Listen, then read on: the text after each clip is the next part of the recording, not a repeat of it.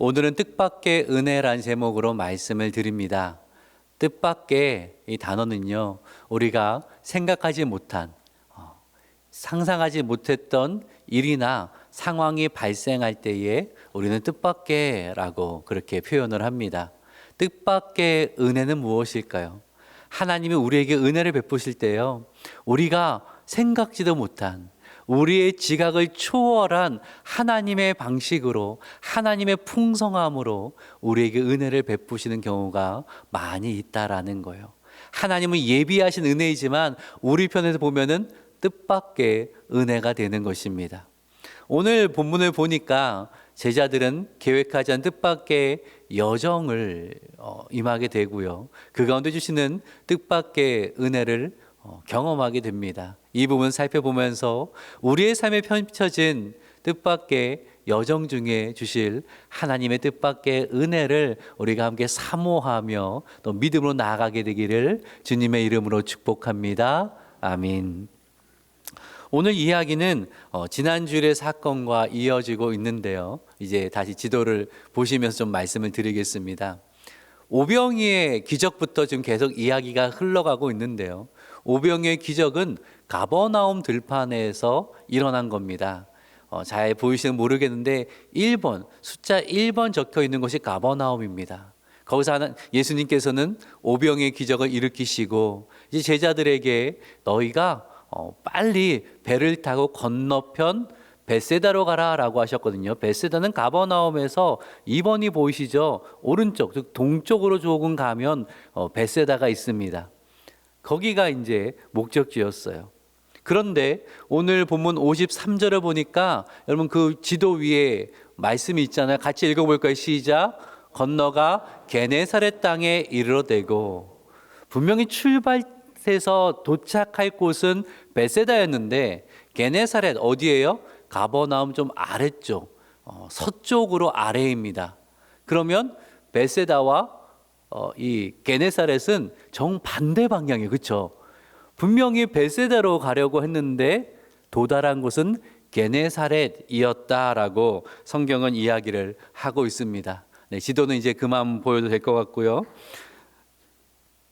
어떻게 된 일이었습니까? 분명히 이 벳세다로 가고 있었는데 예상치 못하게 강한 역풍이 불어온 겁니다.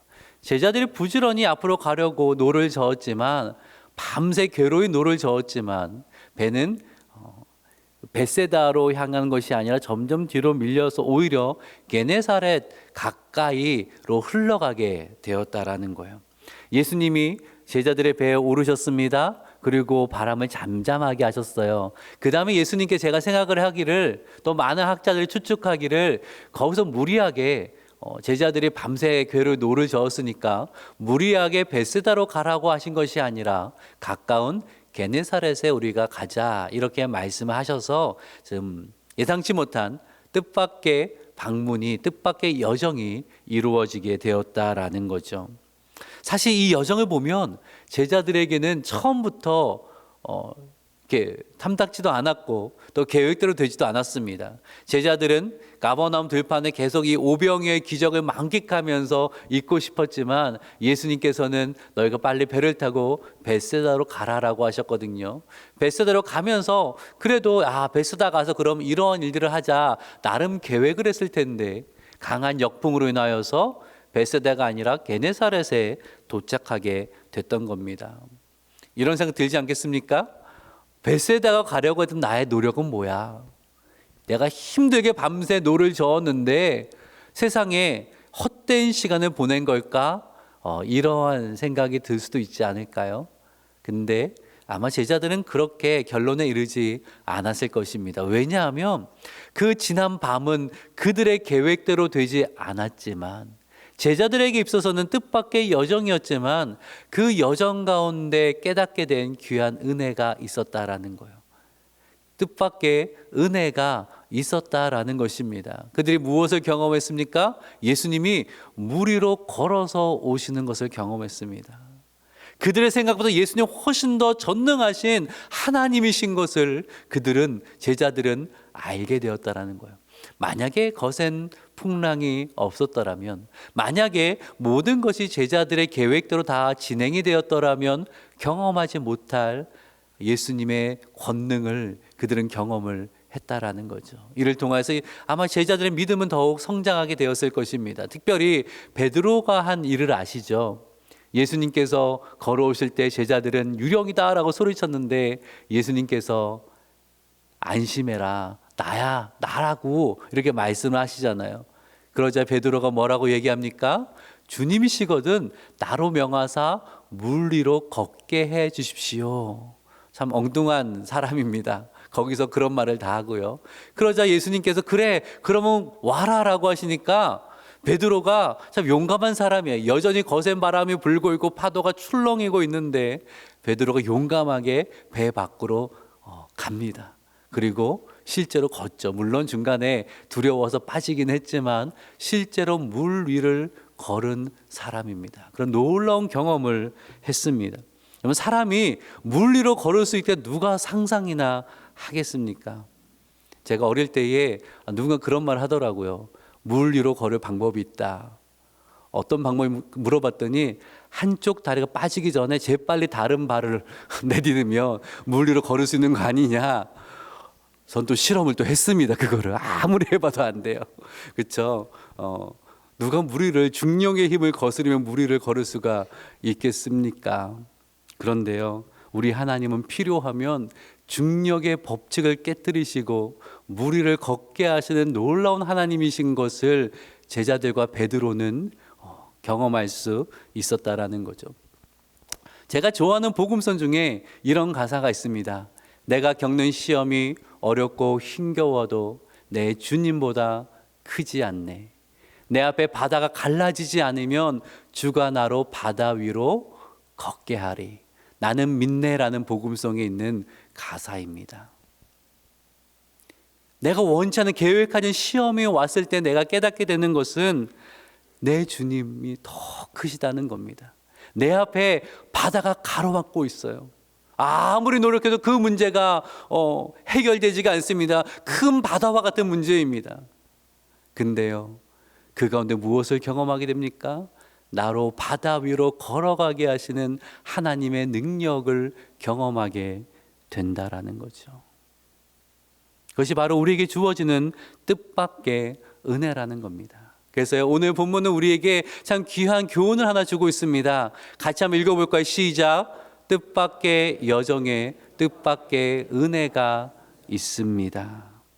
내 계획대로 되지 않은 일이에요.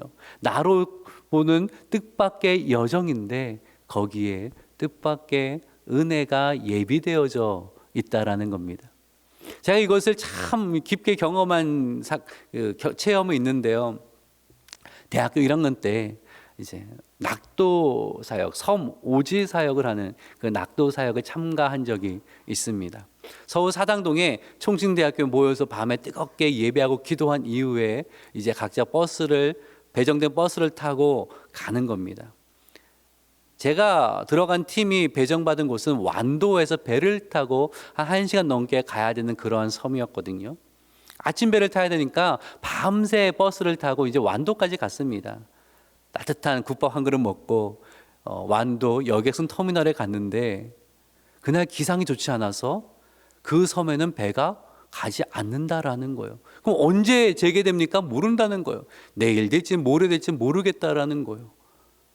야, 이걸 위해 밤새 달려왔는데 한 달 동안 그 섬을 위해서 기도하고 사역을 준비해서 마침내 여기까지 왔는데 배가 안 뜬다라는 거예요.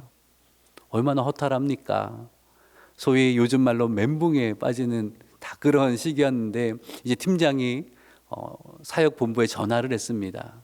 이런 상황이 생겼습니다. 그때는 사역본부에서 좀 기다려 보십시오 라고 하고는 잠시 후 연락이 왔어요. 뭐라고 연락이 왔냐면 그 배정된 섬에는 못 가는데 배로 갈 수 있는 가까운 섬이 하나 있기는 합니다.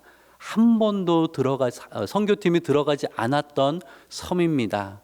거기 한번 가보겠습니까? 한 번도 가지 않았던 곳. 좀 고민을 하다가 그래도 한번 가보자라고 이제 결정을 했습니다. 사실 원래 계획대로면 그 섬에 들어가면 숙소도 예비되어져 있고 사역지도 예비되어져 있거든요. 그런데 새로운 섬에 가면요, 잠잘 곳은 있을런지 사역할 곳은 있을런지 주민은 얼마나 있는지 아무것도 모르는 상황이었어요. 뭐 기도하면서 들어갔습니다. 들어가서 가장 먼저 이 서울에 준비한 선물을 가지고 이장님을 만나서 상황을 이야기를 드렸어요. 그때 이장님이 불쌍히 보셨는지 진해 집이 하나 있다. 어르신이 계시던 곳인데 지금 자녀 집에 무태 나가셔서 올해 뒤에 돌아오실 거다. 거기에 지내라라고 하시더라고요. 가보니까 야, 그런 집은 처음 봤습니다. 이렇게 일례로 화장실이 집 안에 없고요, 집 밖에 있더라고요. 그리고 재래식, 흔히 푸세식 화장실이었습니다. 이 서울 촌놈들이 모여서 기겁을 하죠. 화장실이 이래, 이거 빠지면 어떡해라고 하면서. 근데 그 추운 겨울날이었거든요. 잠잘 곳이 있는 게 어디 있냐. 그렇게 해서 거기서 지내고, 또 물도 부족해서 물 한 바가지로 이제 머리를 감고 세수를 하고 모든 거 사라, 이렇게 지침이 떨어져서 이제 그렇게 생활을 했었는데, 그래도 감사하게 했습니다. 근데 문제는 어디서 사역을 해야 되는가 고민이 들더라고요. 같이 돌아다니다가 저게 좋겠다. 어디서 사역을 했냐면요, 부둣가에서 사역을 했어요. 거기서 찬양을 하기 시작하는데 아이들이 몰려옵니다. 인연극을 합니다. 그리고 말씀을 전합니다. 아이들이 거기서 말씀을 듣고 부둣가 성경학교가 시작이 된 겁니다. 거기서 아이들이 말씀을 듣고 믿음이 생기기 시작하고, 또 가가호고 방문하면서 선물을 드리고 복음을 전했을 때에 복음을 반응하는 그런 귀한 열매들이 있었습니다. 그래서 그 이후에 그 섬이 그 선교회의 사역지로 편성이 되어서 그 이후로도 계속 지속적으로 사역을 하게 되었다라고 이야기를 들었습니다. 계획과는 전혀 달라요. 한 달 동안 기도하고 준비했는데 엉뚱한 곳에 갔어요. 뜻밖의 여정이었는데 그 가운데 하나님은 뜻밖의 은혜를 예비하고 계셨다라는 거죠. 사랑하는 여러분, 뜻밖의 여정이 펼쳐졌습니까? 내 계획이 틀어졌습니까? 낙심하고 원망하고 불평하지 마시고 이런 생각을 해보십시오. 하나님이 뜻밖의 은혜를 주시려나 보다. 하나님 도대체 어떤 은혜를 주시려고, 어떤 은혜를 준비하셨기에 내 계획을 이렇게 수정시키셨는가? 여러분, 그러면 기대할 수 있지 않습니까? 기억하십시오. 뜻밖의 여정에 뭐가 있어요? 뜻밖의 은혜가 예비되어져 있습니다. 믿습니까? 아멘. 자, 오늘 본문을 보니까 뜻밖의 여정을 통해 뜻밖의 은혜, 특별한 은혜를 경험한 또 하나의 사람들이 나오는데요, 게네사렛 사람들입니다. 우리 54절을 같이 한번 읽어봅시다. 시작.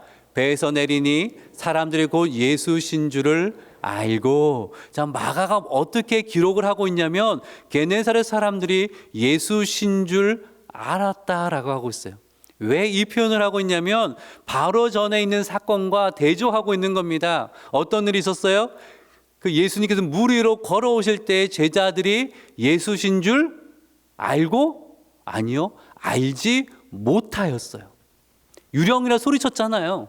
왜 몰랐을까요? 예수님과 늘 함께한 제자들이 왜 예수님이 걸어오시는데 예수님인지 몰랐을까요? 물론 캄캄했다 말할 수도 있겠지만 가장 첫 번째 이유는 예수님이 오실 거라 기대하지를 않았어요. 그렇죠?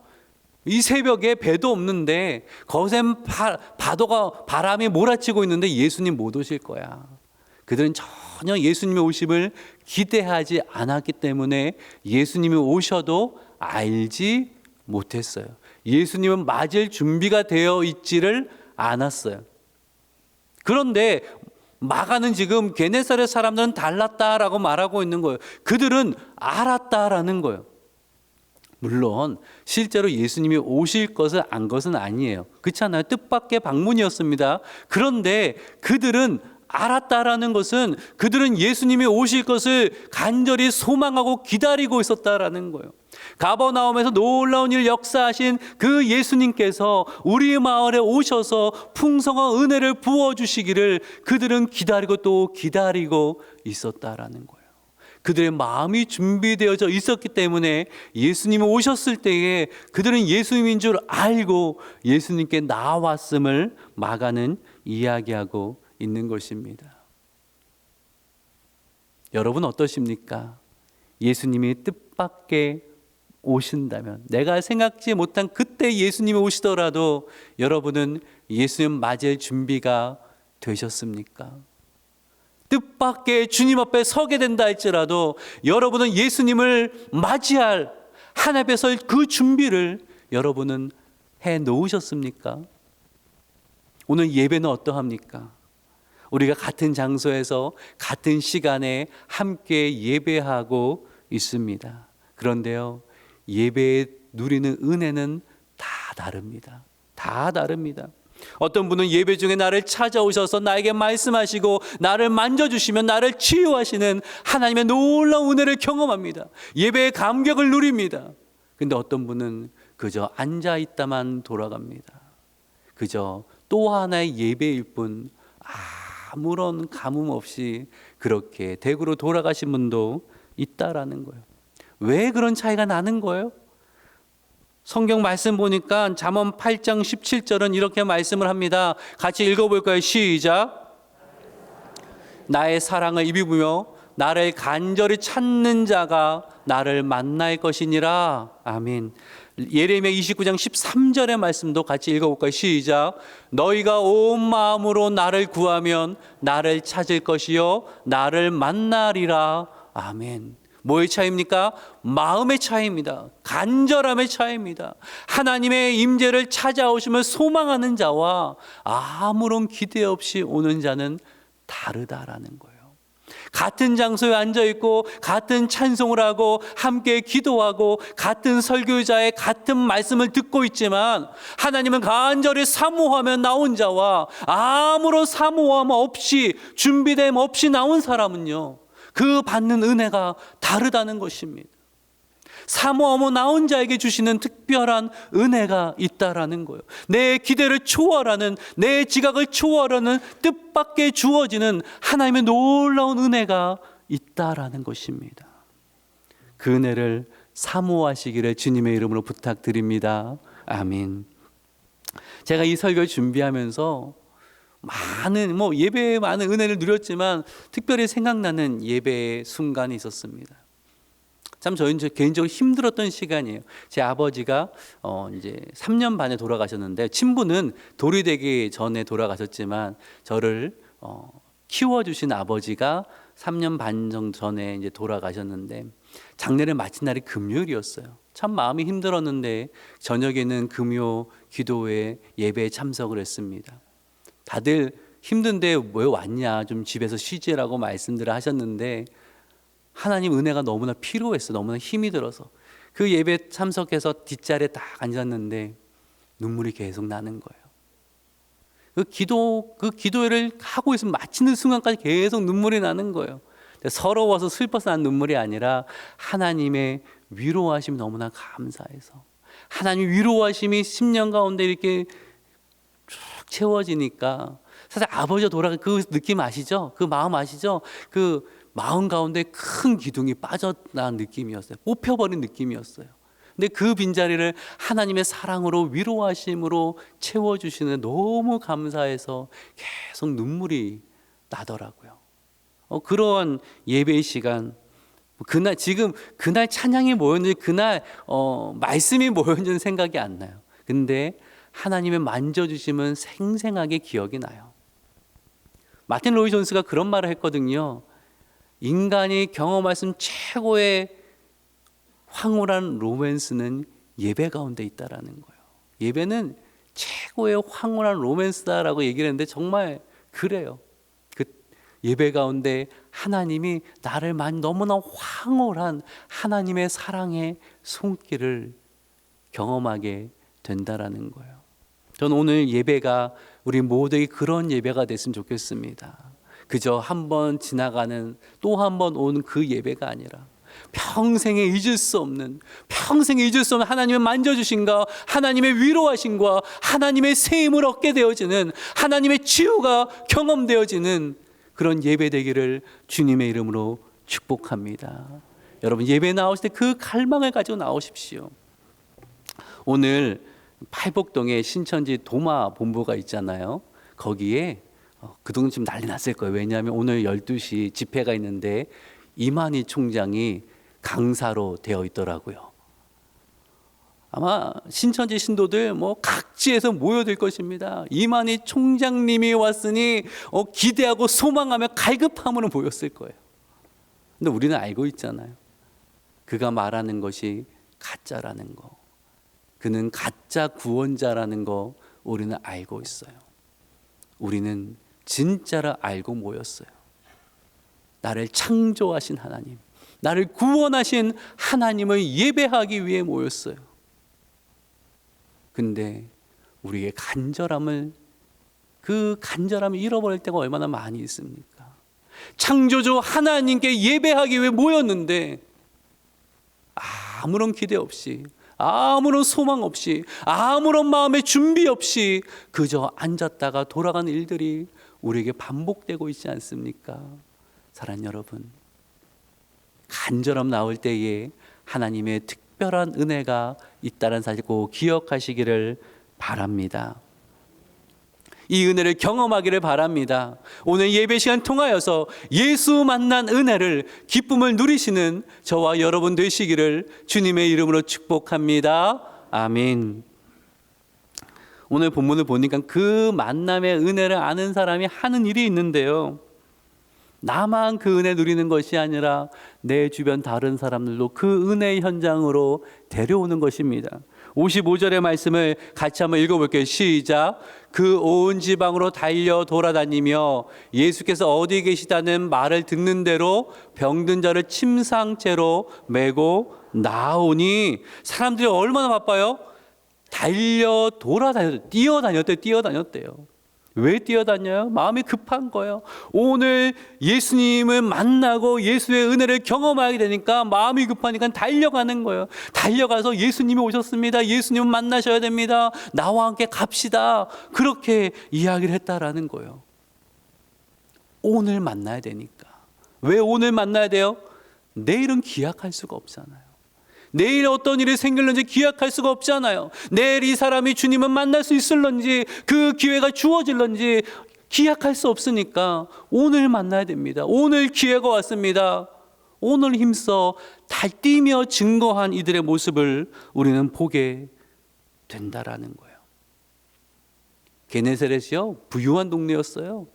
그 좋은 비옥한 평지였어요. 온갖 좋은 나무들이 잘 자라는 곳이었어요. 부유했어요. 근데 부유하다고 인생의 본질적인 고통이 없습니까?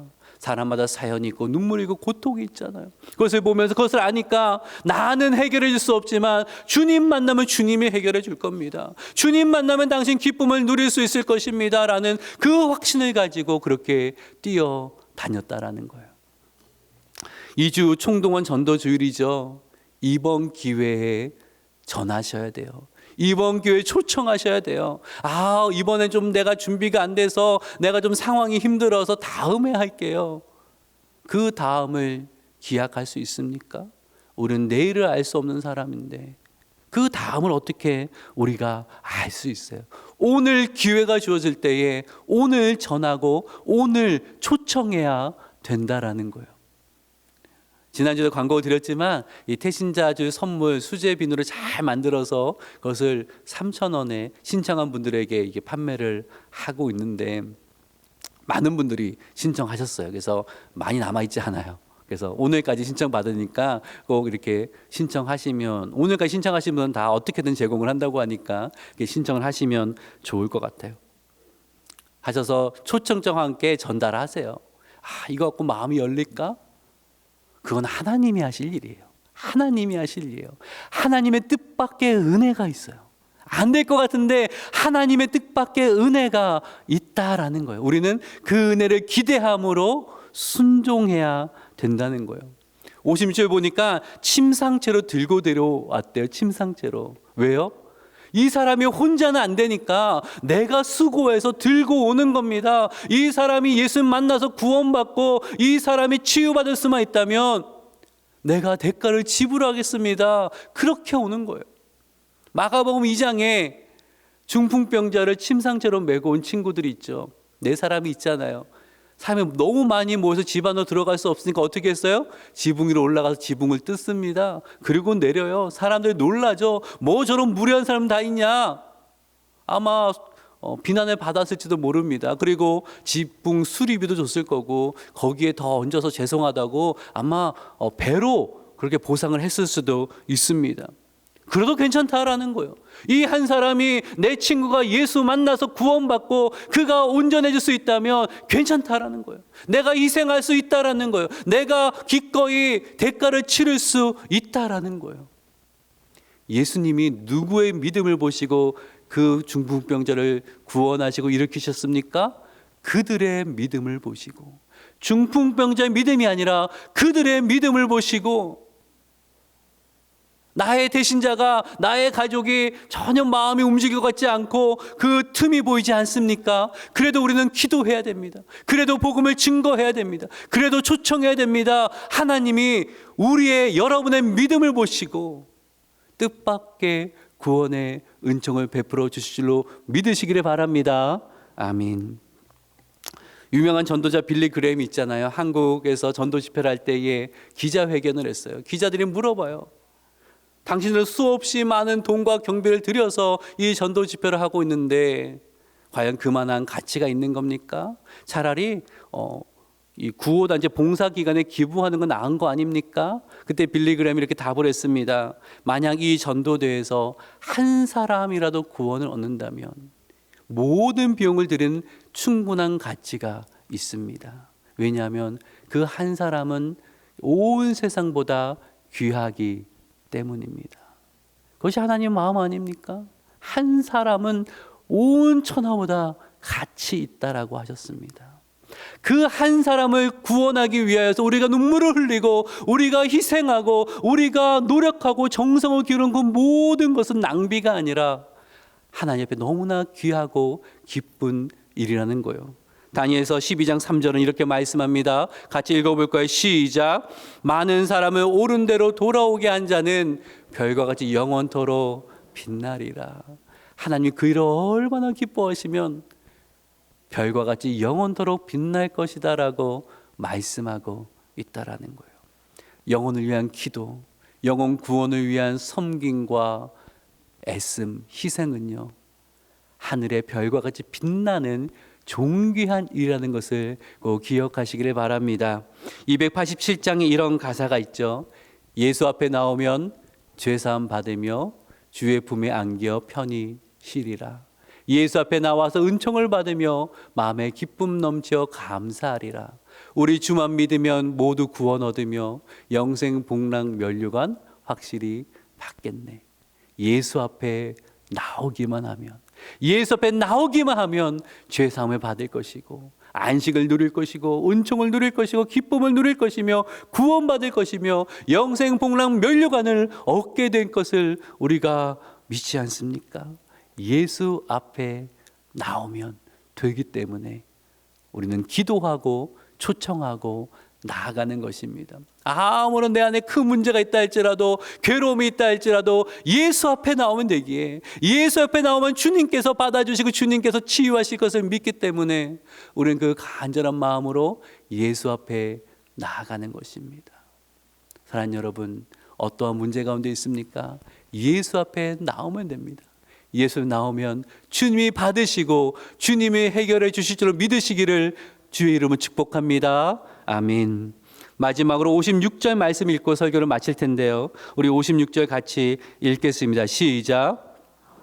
예수께서 들어가시는 지방이나 도시나 마을에서 병자를 시장에 두고 예수께 그의 옷가에라도 손을 대게 하시기를 간구하니 손을 대는 자는 다 성함을 얻으니라. 아멘. 손을 대는 자는 다 성함을 얻으니라. 이 성함이라는 단어를 살펴보니까 원래 그 원어를 보니까 구원을 얻고 온전케 되어지는 거예요.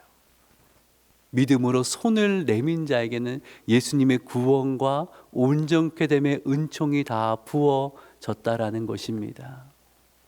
예수께 나아가면 주님께서 온전케 하실 줄로 믿습니다. 믿으십니까? 아멘이시죠. 이 믿음 가지고 오늘도 주 앞에 나아가며 주님의 뜻밖의 은혜를 간구하며 또 내 주변 사람 주께로 인도하여서 우리가 있는 그곳이 게네사렛의 은혜의 현장, 은혜의 잔치가 되기를 주님의 이름으로 축복합니다. 아멘. 기도합니다.